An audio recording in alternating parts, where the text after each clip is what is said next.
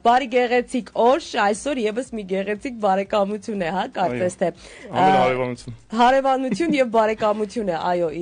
իրապես ստեղծվում։ Երաժշտական կատարում ունկնդրենք ու հերթով փորձենք ծանոթանալ։ Այո։ Սիրելի ռադիո լսողներ, այսօր դուք եք տաղավարում, բառից բուն իմաստով մեծամասնությունը հենց մերոնք են, այն մարդիկ, որոնց որ ես միշտ ողջունում եմ եթերից ու իրականում այնքան հաճելի է այդ կերպարների հետ շփվելը, անկեղծ եմ ասում, երբ դու առավոտյան արթնանում ես, ում համար ես խոսում, ինչի ես խոսում, այդ խոսքդ լսում են թե չեն լսում, մենակ ձեր տանեցիներն են լսում, չնայած իմ տանեցիները վաղուց ինձ անջատել են, բայց պարզվում է մի ամբողջ այսպես ժողովուրդ քեզ վաղ առավոտից լսում է, քեզ հետ է սկսում առավոտը, Լուսինեն մեզ միացավ, Լուսինե ջան, ես գիտեմ, որ դուք երգել եք,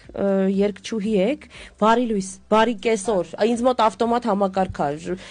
ժամը 5-ին էլ ես եթերում լինեմ, ելի պիտի ասեմ բարի լույս, ոնց եք։ Շնորհակալություն։ Շատ լավ, մեր ռադիո լսողն եք, հետևում եք մեզ, չգիտեմ, տանը, դրսում, 3W-ով, այսպես ուտեսներ եք պատրաստում, ձեր reality at family day-երը ներկայացնում եք, առավոտը ոնց է սկսվում առանց այս տեսախցիկների, մեզնից հայտնի եք։ Առավոտը սկսվում է սուրճ ճահով, սկեսուրիս հետ, ու արդեն տնային աշխատանքներ։ Ով առաջինը պատրաստում։ Ես բնականաբար։ Բնականաբար, հայկական ավանդական ընտանիքը։ Շատ լավ, ինչու հայտնվեցիք Հունաստանում, ոնց ստացվեց։ Այ մեր ռադիո լսողներն են այսօր մեր մոտ եթերում, սիրելի ունկնդիրներ, Համլետ, ոնց ստացվեց, որ գնացիք դեպի Հունաստան։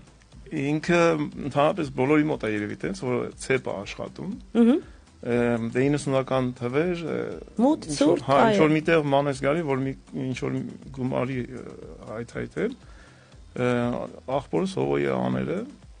ընդեղ էր ապրում։ Այո։ Դե ոնց որ իրանք գնում էին իրար։ Գնացին, դուք էլ գնացիք, այո, այսպես ու գնացին ու գնացին։ Տենց աշխատում։ Սկսեցին հերթականությամբ։ Բայց ես ասեմ, որ միշտ ես մտածել եմ, որ մենք գնացել ենք ուղղակի աշխատանքի։